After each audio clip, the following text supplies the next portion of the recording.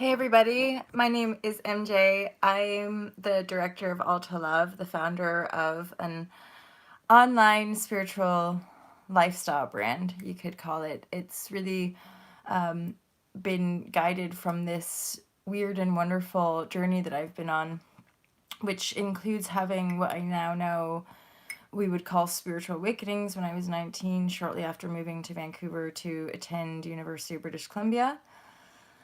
And I had radical spiritual awakenings back then. So that was 2001. It was right around the time of 9/11.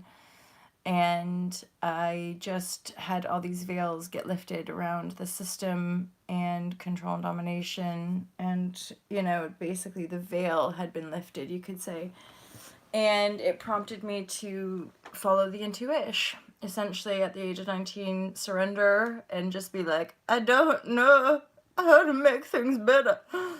So it was sort of just like drunkenly on my knees in my heart, surrendering the path to love, essentially. Surrender moment in those moments are really vulnerable because since then they've come many times, usually in the midst of what I call in the Fearless Life Guide the emotional storm. So again, these terms are relatively new comparatively speaking, going back 20 years to my early awakenings.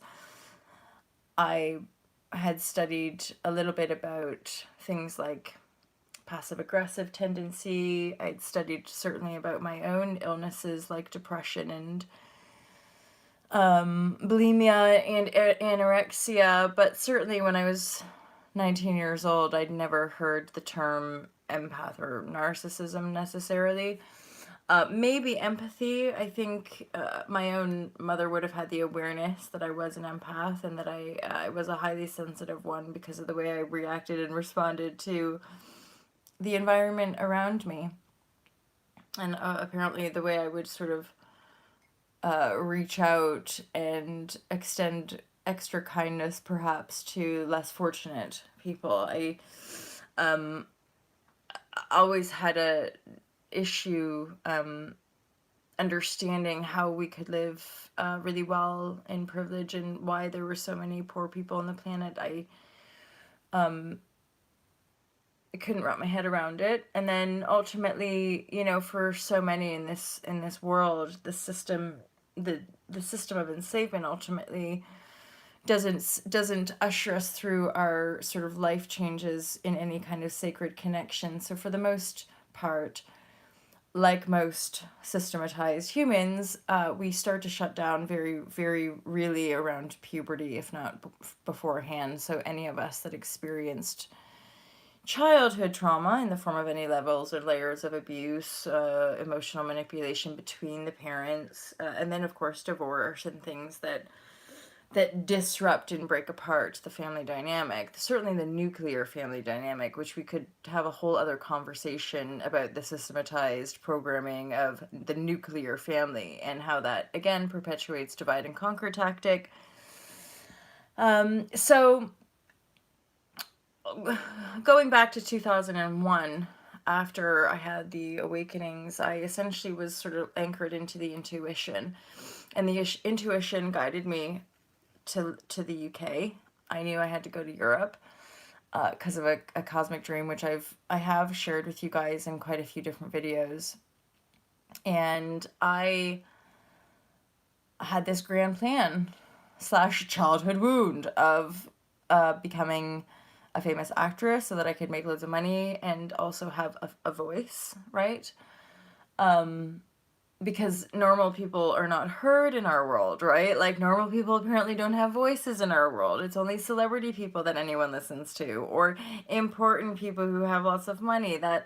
Right? That's the construct. So I was just nobody and still am.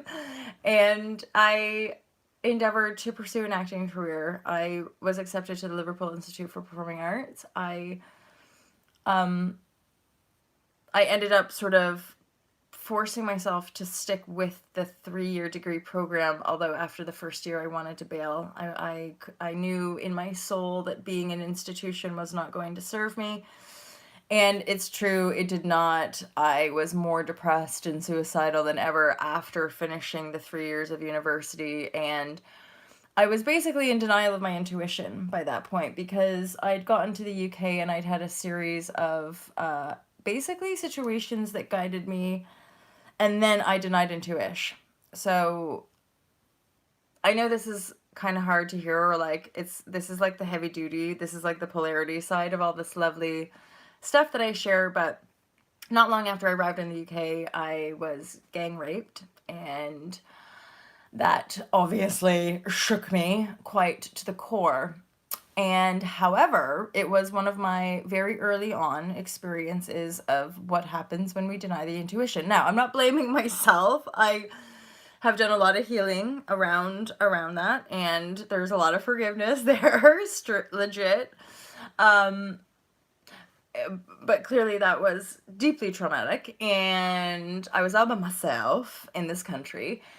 I think after it happened, I didn't even leave my apartment. I couldn't go outside for about a week. And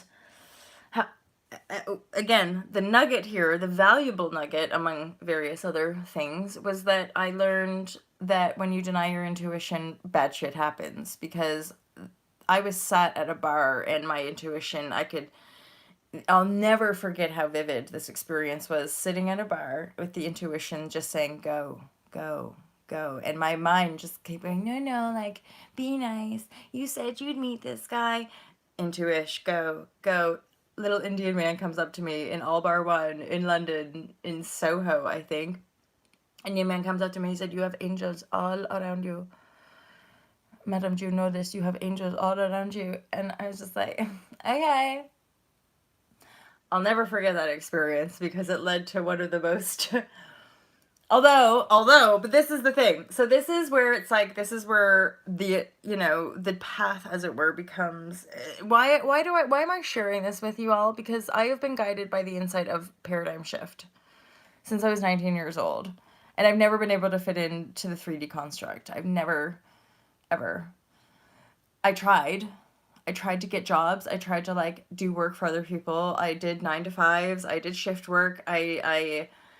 I did that, but because I had these awakenings deep in my soul, I was like, this isn't it. This is not it. Certainly not for me. It's not like I wanted to judge people. I didn't want to make people feel bad about the jobs that they were working at or the things that they were doing with their lives. But deep in my soul, I was like, this isn't it. Something's wrong with this. Something's seriously fucked up about this construct. Especially because I knew about the environmental issues. Like, I knew that us just working like slaves, making all these products to then buy them blindly and consume incessantly and have no fucking respect for any of our shit, and just let all of this shit pollute the oceans and create more climate issues, and right? So we're perpetually living in denial, and that all we're doing is consuming our way out of it. So I saw through all that, right? And it was like, and yet here I was trying to navigate this 3D reality by myself in the United Kingdom, right? And so that happened, the rape. That was like intuition reigns supreme early on experience. I've proceeded to fall in love. I about 9 months to a year after that relationship started, I knew that it was over intuitively. But of course, I rationalized everything for years out of fear. Fear of not being able to survive alone in the world. Fear of, well, any number of, fear of being alone. But a lot of it was to do with my economic standing. I always found it difficult to like live well and survive without any,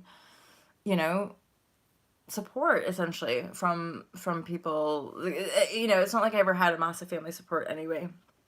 So, and then it was in the university. So it was during these awakenings, and it was when I was wrapping up that first year of university successfully. I mentioned to my class of peers, and I was in a Canadian scholar program. So I was in a foundational program at UBC with a bunch of other Canadian scholars. And I remember after I don't know, some political science class or something like that, and like I remember standing in front of like these 99 or 98 18 to 24-year-olds and my professors just saying, well, clearly there needs to be a paradigm shift on this earth if there's going to be, if we're going to have a chance to sort it out. And I remember the majority of my class just laughing at me. And then laughing and or going on the attack as well.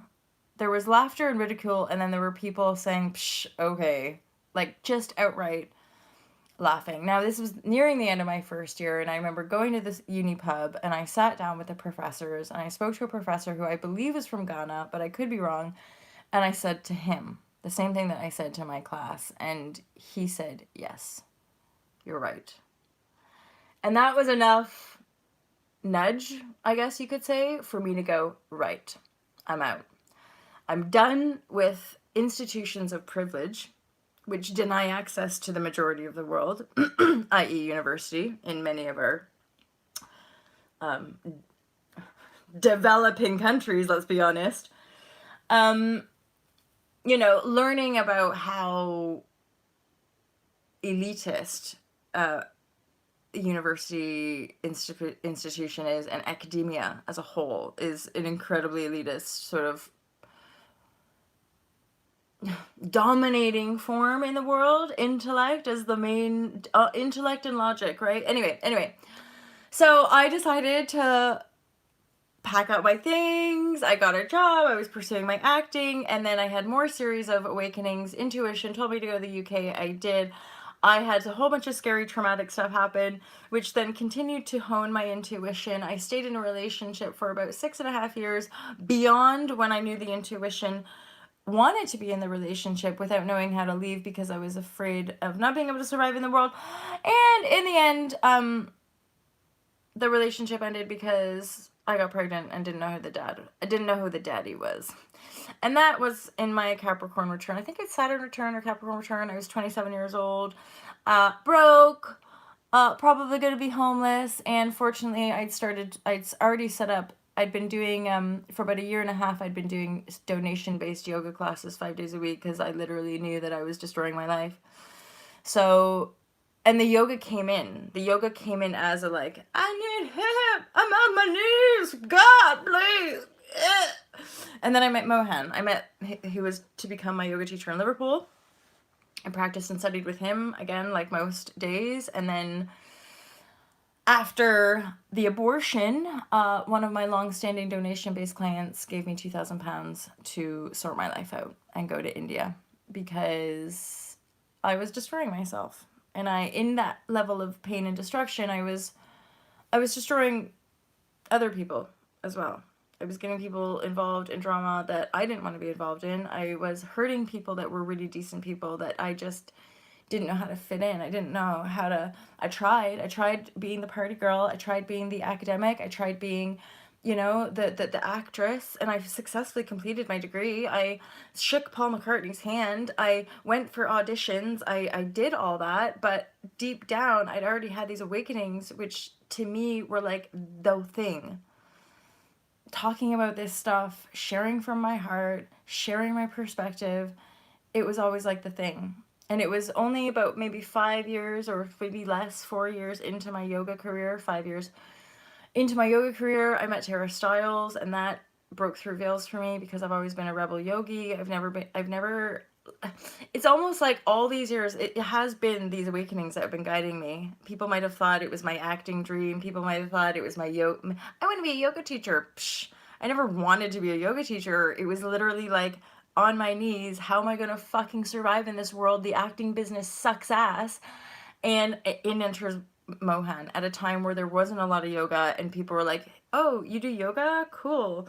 And I was bendy because I danced all my life, and when I started reading, I just immersed myself. I read and went to classes every day, and I knew yoga. Like I got it in a cellular, tangible way. And then in a sense, you could say the yoga career's history, I was guided. I was guided from Liverpool to Shropshire. I knew I had to leave a city environment, that my energy was becoming too sensitive to be living in the center of a city. So I left to the countryside, and then I got guided to Devon. And I've spent the last 7-8 years down here basically healing and transforming my life and having a very successful yoga career, which is how I managed to randomly find amazing clients, really, who could pay me a really lovely hourly rate because I was asking for an easier life. I was teaching 5, 6, 7 yoga classes a day, helping other people in their business, so helping other people in their retreat center and help other people with their yoga businesses. And I, without even realizing, you think you're doing one thing and it ends up you're having all these different life lessons. So these last few years, ultimately, as I've spoken about in different parts of my channel, has really been about seeing these veils and layers, about really why the intuition reigns supreme, and why authenticity, for me personally in the here now, is the more legit freedom piece than any level of conformity and any level of dogma, any level of like rightnesses and wrongnesses, i.e. duality, is an escape route. It's an archon. If you guys know or use this language, it's an archon grid. It's laid by the demiurge. It's like, it's all a distraction sort of veil to basically, it's all to just take us out of our heart. And the paradigm shift, you could say the embodiment of the premonition of me being guided by the paradigm shift, landed the year that I set forth to publish my book, in a very miraculous series of events, which is another way in which why I share so passionately, is that life really is beyond the veil and super duper miraculous, and the more I manifest that higher vision that I've been manifesting since I was 19, regardless of how other people see my world or whatever chunk of life they met me at, increasingly on this manifestation path, what I know is that the thinking capacity of the mind is incredibly limited, and us thinking we know or can control or any of that is an absolute illusion. And because any sense of controlling external is actually coming from a disempowered, contracted state of being, limited via the wound of separation. The wound of separation, if we can try to look at things from a more scientific and detached perspective, the wound of separation is ultimately to do with the Earth's trajectory in this universe, in this galaxy, in this solar system. And it's part of the binary function of Earth as a generation station, as a field of potentiality for many souls to congregate and expand their soul's essence. This means that the experiences that we gain via the soul in this human form are amplifying the experiences. It's because in soul terms, there's no black, white, right, wrong. It's only the energetic stream of life force, breath, expansion, contraction, eyes open, eyes close, eyes open, eyes close, right? Like there's it's just this ebbing and flowing cyclical dance of stardust, right? So really this whole paradigm shift is like expanding our awareness. That's all. It's us humans focusing sort of in a very limited way on solely the external world's 3D capacity, how to fit in, how to be important, how to all egoic, driven by enslavement, because really the only way to be the only reason or how people get enslaved is because there's such deep wounds of unworthiness, because there's such the core wound is that of separation. Everything stemming out of separation ultimately is going to birth fear. It's going to project fear, because any of us in that disconnection state are frightened little children, basically, that have been separated from their parents. Those of us healing and going into that core wound of the humanity know it to be this sort of original sin, and yet also can penetrate the veil to see its function, to see the function on a soul level of separation and forgetfulness, of course, we're so crafty and creative. We can make any number of veils up, appear to us as a thing, or the gateway to freedom, or any number of things, right? And yet, we're really truly the only ones. As in, I am the only sovereignty in myself. I am ultimately the only chooser. It's only in our unconscious attachments that we loop back into pattern. We loop back into unconsciousness, right? When we really lock into living imagination, we really lock into living intuition, it does require a lot of faith and courage, it potentially for months or years, because you're breaking through, like, I want to say sound barriers. You're breaking through thresholds of energetic invisibility. This is when you're energetically going into the void, i.e., nobody can see what you're feeling and sensing and imagining, right? So what you're moving with is all invisible. This is where my last sort of karmic completion has really come into completion, is that I'm just very aware of, like, this story and, like, this life and this stuff that I've been through and that I've lived, and I'm suddenly more aware of the people who have made assumptions or thought that I was this type of person or thought that I was that type of person, and then but they haven't necessarily been with me in the shared experience maybe the last 2 years or 3 years or even 10 years, and I've been having awakenings and shifts and expansions and insights and doing all this inner work, right? And inner work where I guess I realized a whole bunch of people, I thought that they understood. I thought they were kind of with me. I thought that they get it or got it. And it turns out that they didn't, or they don't care, or it's not their cup of tea, or it's not, or they don't resonate with it. And so, and that's fine. I'm really pleased to have the clarity and the discernment to know the difference between me trying to placate my own wounding of not being a good little girl and trying to get everybody to please me versus genuine resonance. And holy shazbot, it is profound. And the discernment between the wounding and the intuition is actually quite profound as well, because I've only in these recent days and weeks I've felt the wound sort of come up, because I've cut stuff out. I've cut out certain modes of behavior, but that behavior is still like, but do they like me? And then I'm like, oh, that. And then yesterday I was in the deeps. I almost went live, but I didn't, and I'm kind of pulling back a little bit. It felt a bit much. I doing so many videos for the tarot that it did feel like a lot, and then getting quite a few readings booked in. So, mm.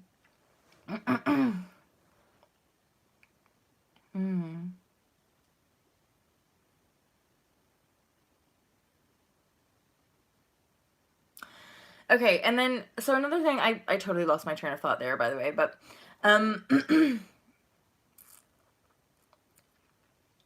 another thing I'm wanting to share is, the complexity and or totality, and yet the utter simplicity of all of this. The only reason it's not simple for people is because people are fixated on, I have to see it before I believe it. People are heavily programmed and to buy into that. And so anything invisible, anything in the beyond, anything emotional even, can be outright denied by and you could say, you guys, hologram, 3D matrix, this system, all that is the projection of our humanity. And this is a huge piece, because I recently really uncovered that. I uncovered actually this quite profound resistance in me, and it was a cord attached to what I call the system, which is authority. And yeah, okay, in some lives, in most lives, if not all lives before this one, there was a lot of torture and persecution and betrayal and blah blah. So what? I'm like, it's not now. They ain't coming for me now. They're not putting my head on a chopping block now. I can see where we are now. and it's different. The humanity has evolved. The earth has evolved. You know, I find it interesting because a lot of this stuff I'm aware of the angles of egocentricities. The ways in which our humanity likes to, like, be important, you know, like Earth couldn't do stuff. So, and a lot of it is to do with the climate change debate. I don't particularly go into it a lot. However, I'm also not somebody who's going to deny what I see. So I don't really care whether or not climate change is real or not. In fact, we could say climate change, of course, is real because the climate is always changing. I'm pretty sure we had an ice age at one point on this planet, right? Climate does change. Continuous. Big deal.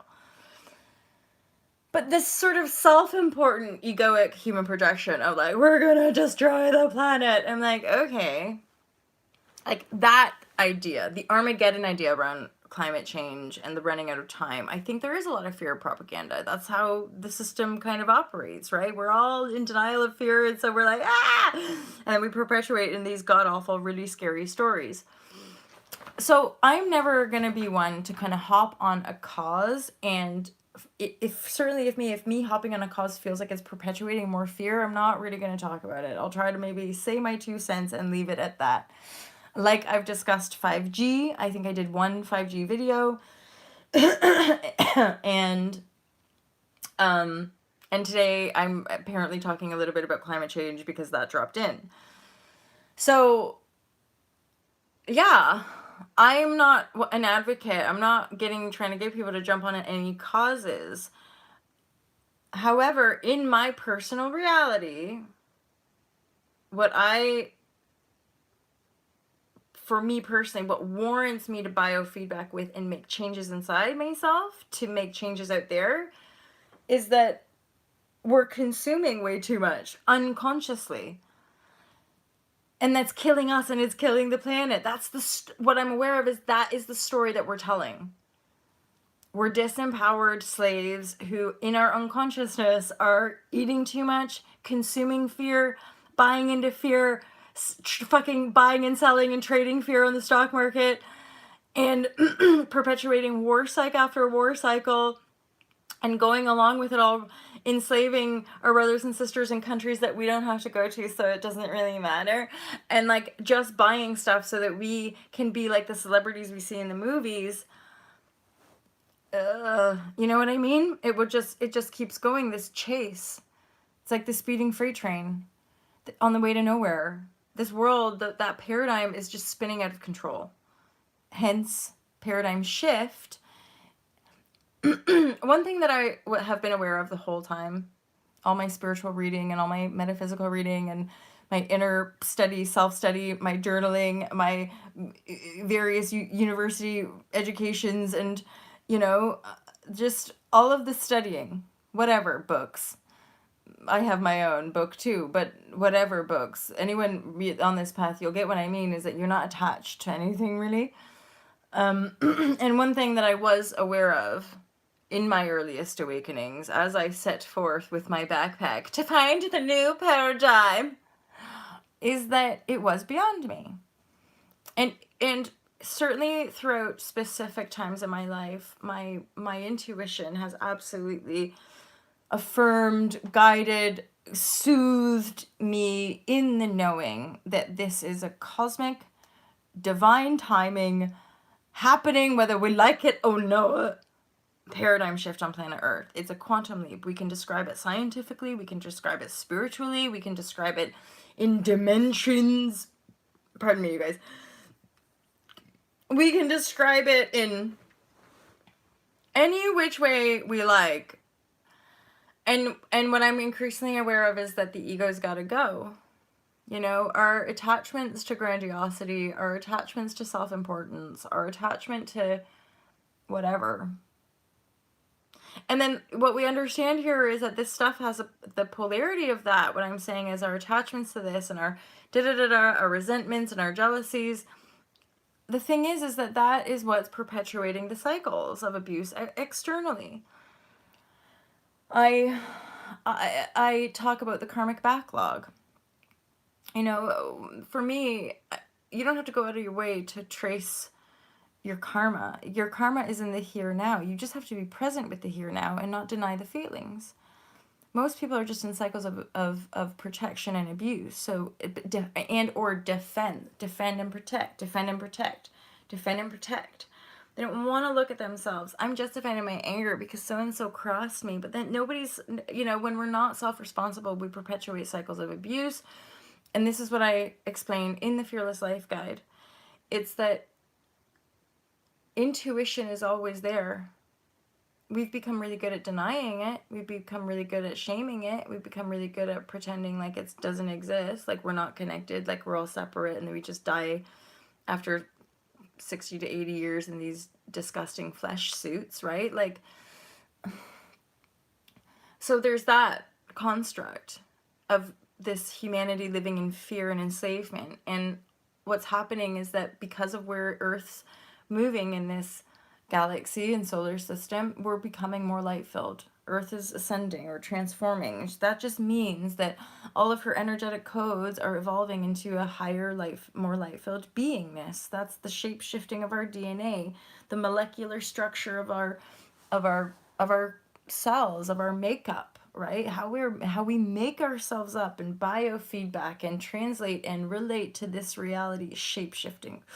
It's weird, and it's especially weird when we're solely fixated on a 3D constructed reality, a reality based in illusion of separation, which is much more despairing than illusion of unity and wholeness and oneness. And that's what, you know, the starseed, indigo, light worker, empath, these offshoot, I guess you could say, spiritual or offshoot awareness communities, you know, circling and Mind Valley and all of these, you know, these are just, to me, offshoots of the paradigm shift. It's that, in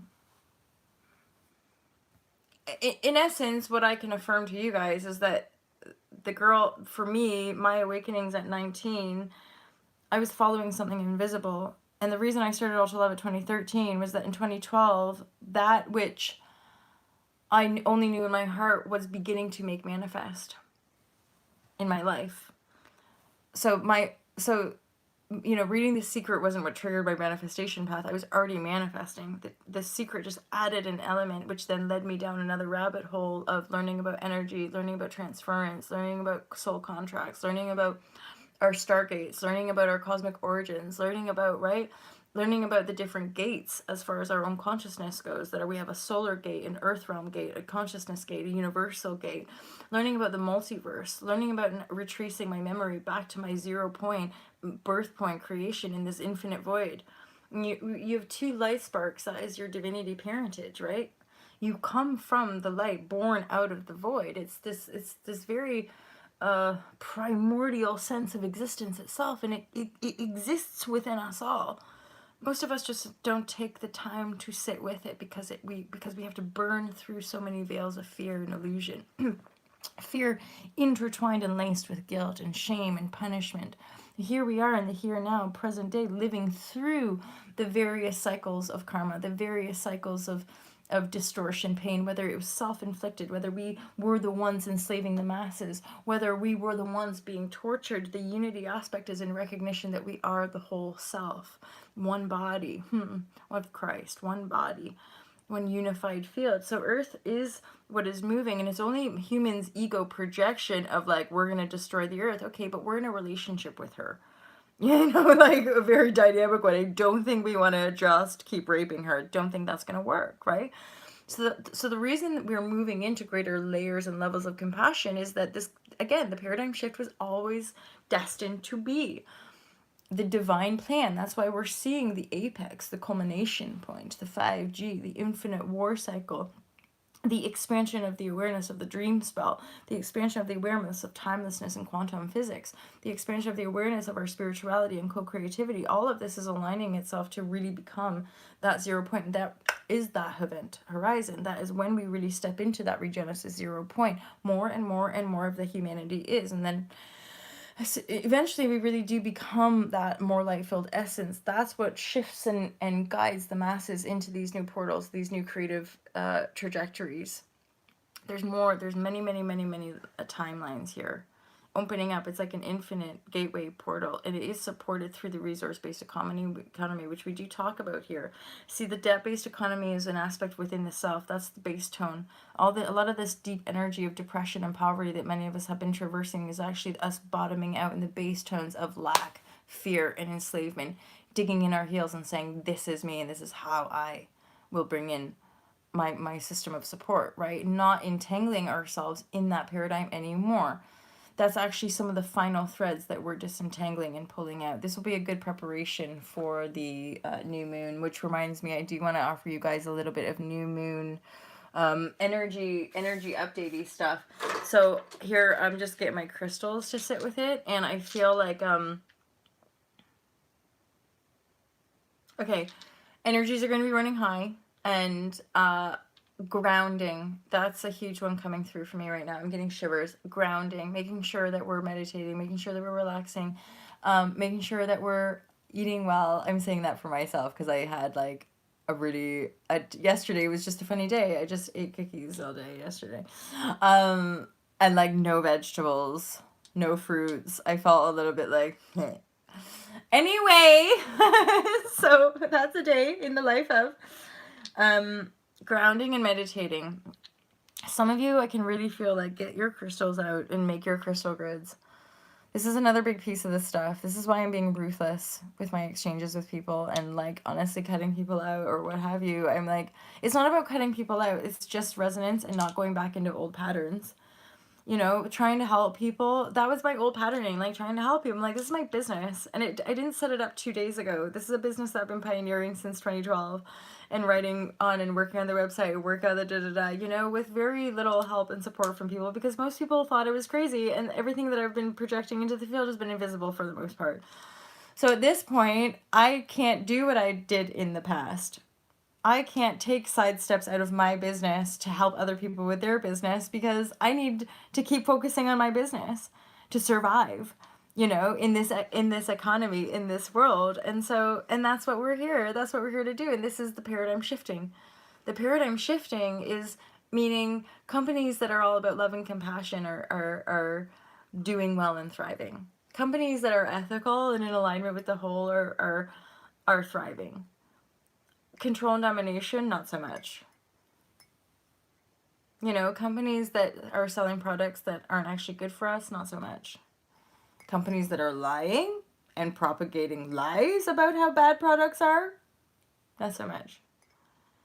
Our ability as a humanity to have access to seeds and crops and the food, the natural food, yeah. Like, so this stuff that we're talking about here on this channel, like, I know the resonance of, like, for a lot of us, we've been called hippies and just any number of things. Witches, crazy lady, you're fucking stupid, you stupid bitch. You know, like, any number of things. You dirty hippie is a typical one. Or smelly hippie, which, in fairness, I am smelly. I am smelly, okay? And I don't effing care because I don't want to put that deodorant shit on my arms. And I just don't care. I don't want to smell like chemicals or whatever. This stuff that we talk about, I'm not plucking out of my arsehole. You know, it's not like I'm just regurgitating a bunch of shit I read in a book, in a textbook. Why don't I do that? Because I used to piss people off doing that, so I don't do that anymore. Plus, I get annoyed now, you know, when somebody's talking to you and just constantly going, well, I read in this book, and then my spiritual guru said this, and do-do-do-do-do-do-do. I'm a bit like, barf in my mouth. I don't really care. What's your heart saying? What do you feel? What's your present state in the here now? What are you creating? What are you feeling? What are you thinking about life? Not, you know, people are just so busy distracting themselves in the minutiae of enslavement by gossiping and by focusing on solely making money to feed their egoic projection. And I am somebody who clearly was never designed to abide. Instead, just create her own reality. I'm like, oh, cool, I could create my own reality. I might as well do that. um, and I have, and my understanding of the teachings is rather profound. It would turn out, because again, I'm like, is it just me? But Abraham says it. It's, you have to really care about how you feel. And that's all that's ever been, is that, like, I just care a whole lot about how I feel, and have spent a lot of my life in depression and cycles of anger and self-abuse. You know, like, people get this stuff because you feel it. The empathic community are like, we've been through a lot of, like, depression, and what's interesting to me is that I'm witnessing this tidal turn of, for me, my life growing up, and people that got ostracized, denied, people that were really shamed in my community growing up for having things like depression, or, and then what's interesting to me are these people that all these years later are now suffering with depression, and it's like they deny the fact that my mom even went through that. And I'm like, interesting. Okay. Especially people who've healed themselves. When we've healed ourselves of you know, constant weight yo-yoing, or healed ourselves of things like depression, and then people just deny that happened, and you're like, oh, right, okay, I think I need to hang out with people who, like, feel me. Because when you know what you've been through and know what you've done, you know you shifted it, you know you transformed it. So hanging out with people that haven't done that work, it's not fun to hang out with people that just want to keep you limited. And it's actually paramount, I would say, at this point, for our joy levels and happiness to break free from these patterns. So you will notice that I do go off on tangents. I do these unlisted shares because I feel I have these very, like, pointed things to say. And I guess the point of talking about the paradigm shift today is, like, I'm wanting to really let go of, I guess, talking about the system too much, or talking about narcissism and things like this. I'm kind of over it. Like, I just, like, it's all just energy. We can blame and attack people, or we can own and transform our shit and keep on moving. I don't, and that's the thing. Everybody, it would sometimes feel to someone like me, increasingly, people just want it to all be the same. People just want to sit complacent in their fucking status quo lives, you know? And I'm like, that is not who I am. Increasingly, that is not who I am.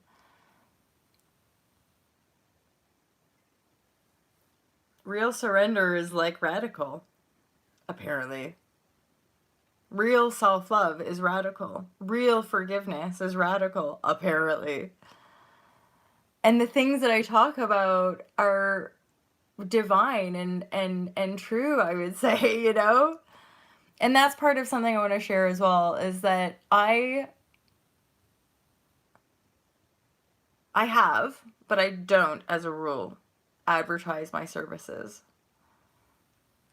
Because what I've learned is that when I have an energy of trying to get clients or work, it ends up being some weird manipulation pattern. So this is the legit honest truth. If you just keep at something and get good at it, and I've gotten good at talking about paradigm shift because it's been my divine path, which, no, it's not easy to walk your divine path. Anyone who tells you it is lying to you.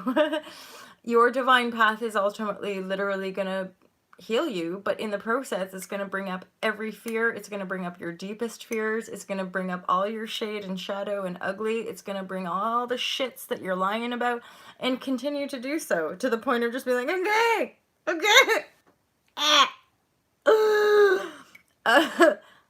live on YouTube, apparently.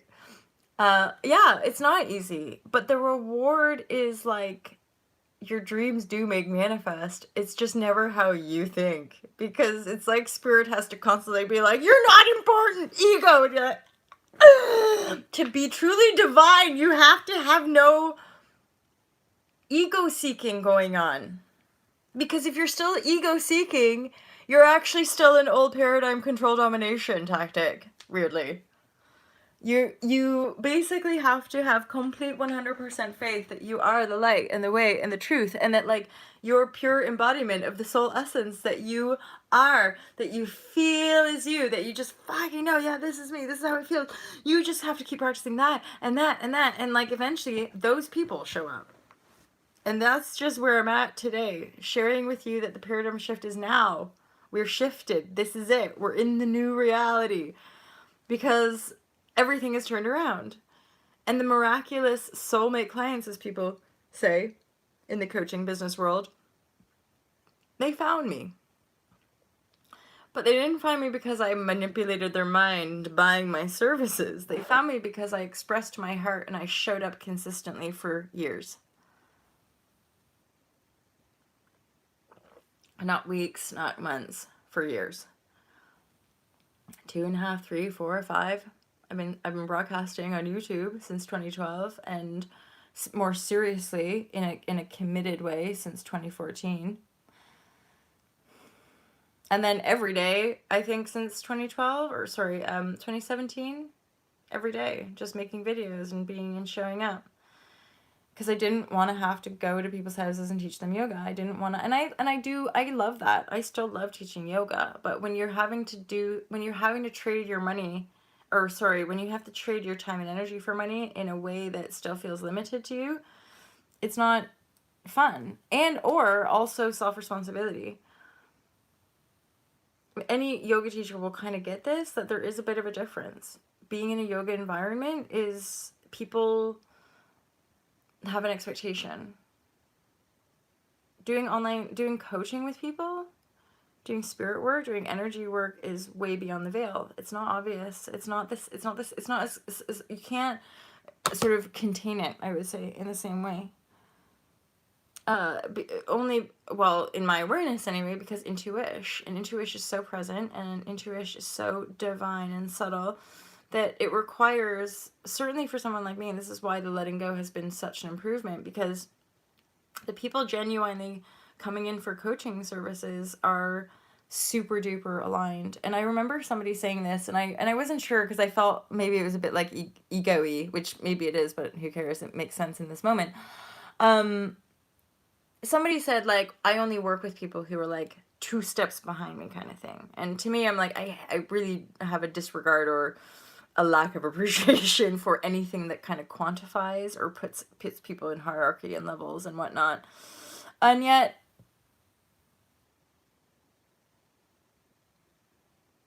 for me personally, that's what's manifesting. People who absolutely get what I'm talking about, they're just working through things that I already worked through. So in that regard, they're a little behind, but they're probably ahead on other levels. Certainly financially speaking, my clients have way more money than me, which is why they pay me money. And this is another part of the reward, you guys, that I want to share with you. So a few years ago, I took a leap, and in that manifestation, I manifested my dream body. You could say, like, the body I always envisioned I had, because I used to, from since basically 16 to like, or 15, 16 to like, yeah, until I was like 32, 33, I just literally hated myself and was like, yeah, anyway. So the body transformation happened. I don't tend to talk about that or focus on, me not drinking alcohol anymore and losing weight and blah, blah, because I personally don't really like to focus on that. I don't want to talk about that stuff anymore, but I will. I do actually have a couple people who have coaching sessions specifically for the alcohol and food stuff. So, and body image stuff, of course, like I have great love and compassion. I just don't go on about that because that's not the main thing. These are all just like layers and aspects to me understanding manifestation in the quantum. And then somebody who's like did the A Fest, and like when I was making, I was making good money as a full-time yoga teacher. I'm not like moaning about that. I was making enough money to have like a few holidays a year, and like I lived in a nice house, and I was able to live really well, hence giving me the extra ego boost to take this next journey, but aiming a little higher financially speaking so that I could provide and support a community, a new paradigm community. Maybe even have land for the All to Love community or headquarters and stuff like that. So that required me, when I went to AFest, they were like, you need to have products. You want to have an online business, you need products. And so I had already started writing the Fearless Life Guide, which was called The Path to Paradise at the time. And then about a year and a half after AFest, a whole bunch of crazy ass series of events unfolded whereby it was like I was being asked, just like when my intuition piped up and told me to go to buy a one-way ticket to England, my intuition piped up and said I had to go to Bali. So the last 3 years have basically been transforming my worthiness patterns and my unconscious like love patterns, like how women, I'll speak for myself as a woman, but like I realized that most of my patterns in a relationship were literally just like fall in love and dedicate your life to the man. So I've had this weird unconscious programming where I've spent most of my life focusing on relationships and focusing on the men in my life and their career and their life and their da-da-da, and just played this little thingy. And then recently, really out of financial disparity, I've had to be really fucking real about, this is my business and this is my worth, my life, my value, and I need to focus on that. And I can honestly say it turns around, but if you're doing it the legit manifestation, heart, love, vibrashe, I would say maybe takes sometimes a little bit longer, because there's so many different layers and inner subtleties that we're disentangling, and including the banking system, including the system itself. Anything disempowered outside that creates any sense of resistance within you is actually blocking our manifestation, right? So I could honestly say it's taken me 3.5 years plus to navigate a successful online business. And again, successful is relative, you guys. For me, success means I can afford to live in my apartment, pay for fuel, and pay for food and coffee. I'm like, success! And on top of that, next level success for All to Love is being able to provide for my Indonesian families. Because the only reason I actually do any of this stuff is like really to continue to promote the message, and then also provide a decent lifestyle for people. And they have a decent lifestyle. I'm not like charity. I'm not putting them in some bracket of charity. I just met them. They're nice. They always treat me really well. I feel incredibly abundant around them. And I think, why not? Why not just put 10 grand or 5 grand or something, something that in the big scheme of it all is not a lot for myself or All to Love, but literally could help them live so much easier. Not have to worry about fucking medical bills when the kids get sick. Not have to worry about, not have to worry about building their house when another fucking earthquake comes. So because their governments aren't looking after them. Just like Trump government ain't looking after the American people. He's too goddamn busy building a wall.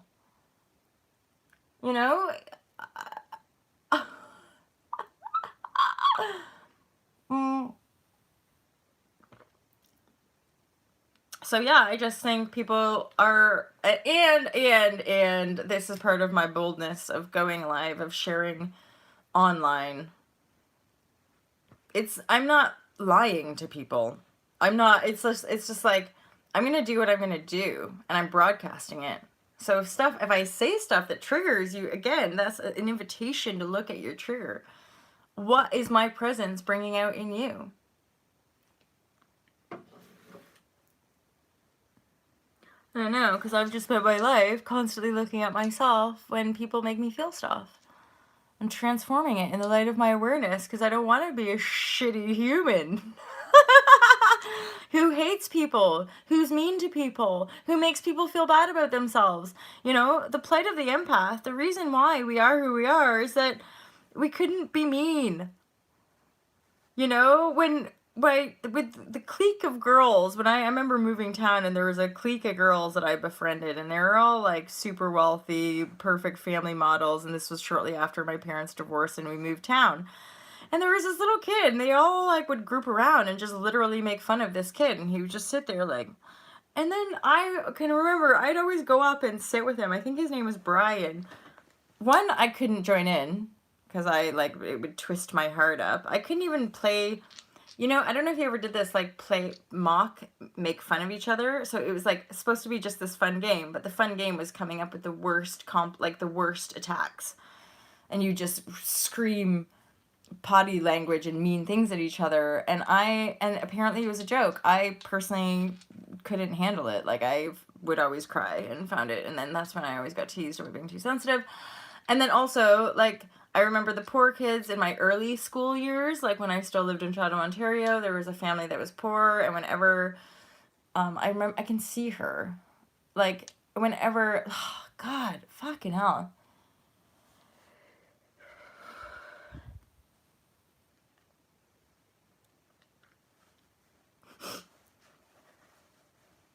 Yeah, whenever people make fun, it was just like, oh, how could people do that?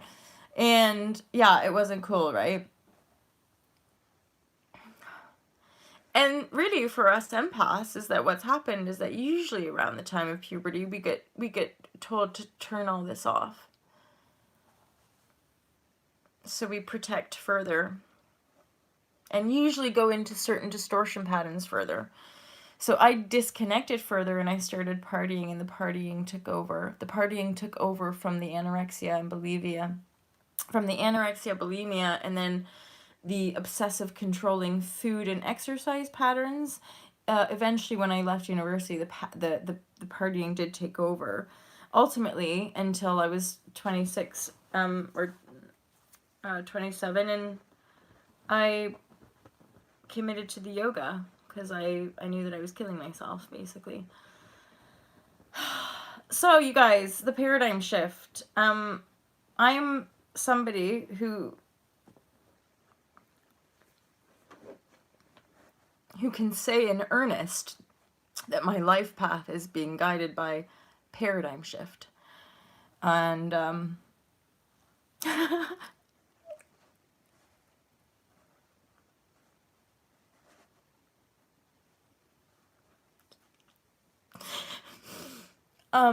I guess the reason I'm crying is that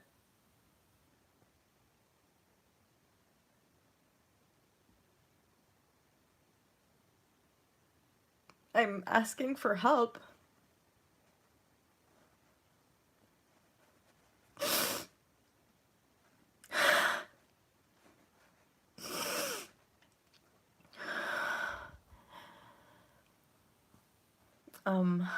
It's been a long and lonely road.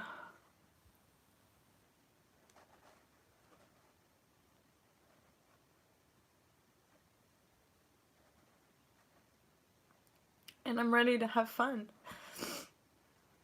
I'm ready to not feel alone anymore, because I know I'm not. And I'm somebody who's known all these years that I wasn't alone.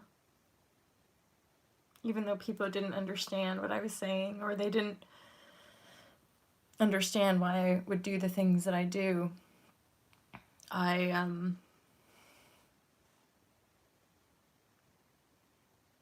just knew that the paradigm shift was real.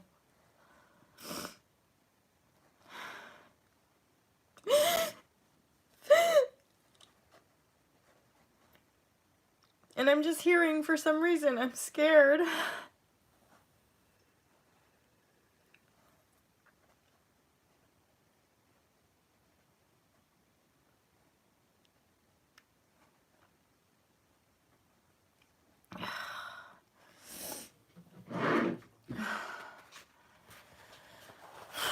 Like, yeah. Who knows, eh? Who knows?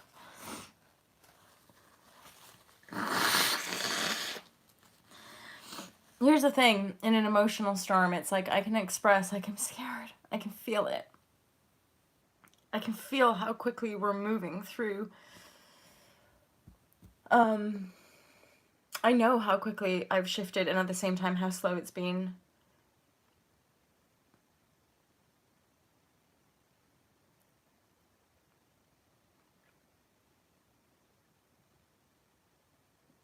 It's all imminent. It's like it's all laying down. Oh my gosh, the emotions.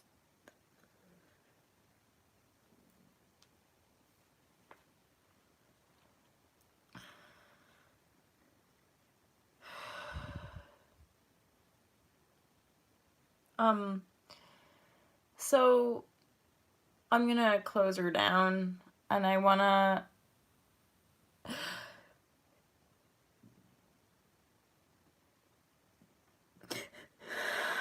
I just want to say thank you guys for your donations and for your support, and for those of you that I'm loving working with, and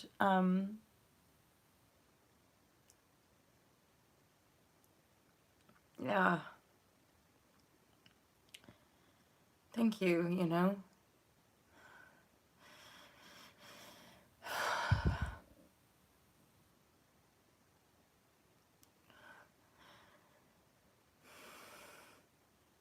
It's I know it's just beginning, but we made it.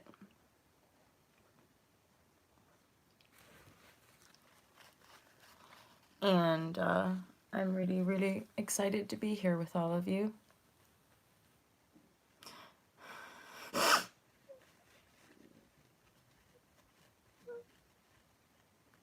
And I'm most excited to meet a lot of you and shake your hands and give you hugs and smile and laugh and cry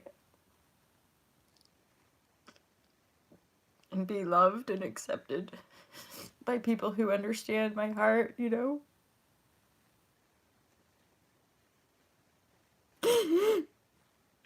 Understanding our feelings, being present with our emotions, being discerning, being alive, being feeling, being compassionate, you know? That's the power of our humanity. And I can honestly say, after a long and lonely road, I'm excited to meet you. And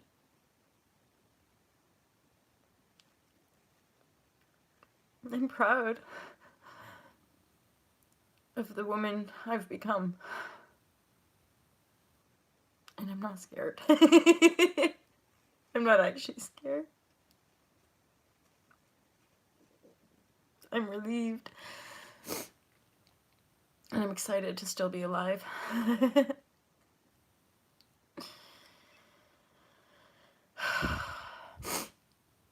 So, stay grounded, stay present, stay in love, and just keep going. You guys, I'm gonna go live tomorrow for the new moon solar eclipse. If you found that useful, if you're still here, I appreciate you. Thank you for sharing and subscribing. And thank you for extending your sense of appreciation in the form of donation and booking sessions. I appreciate you guys. Take care. Bye.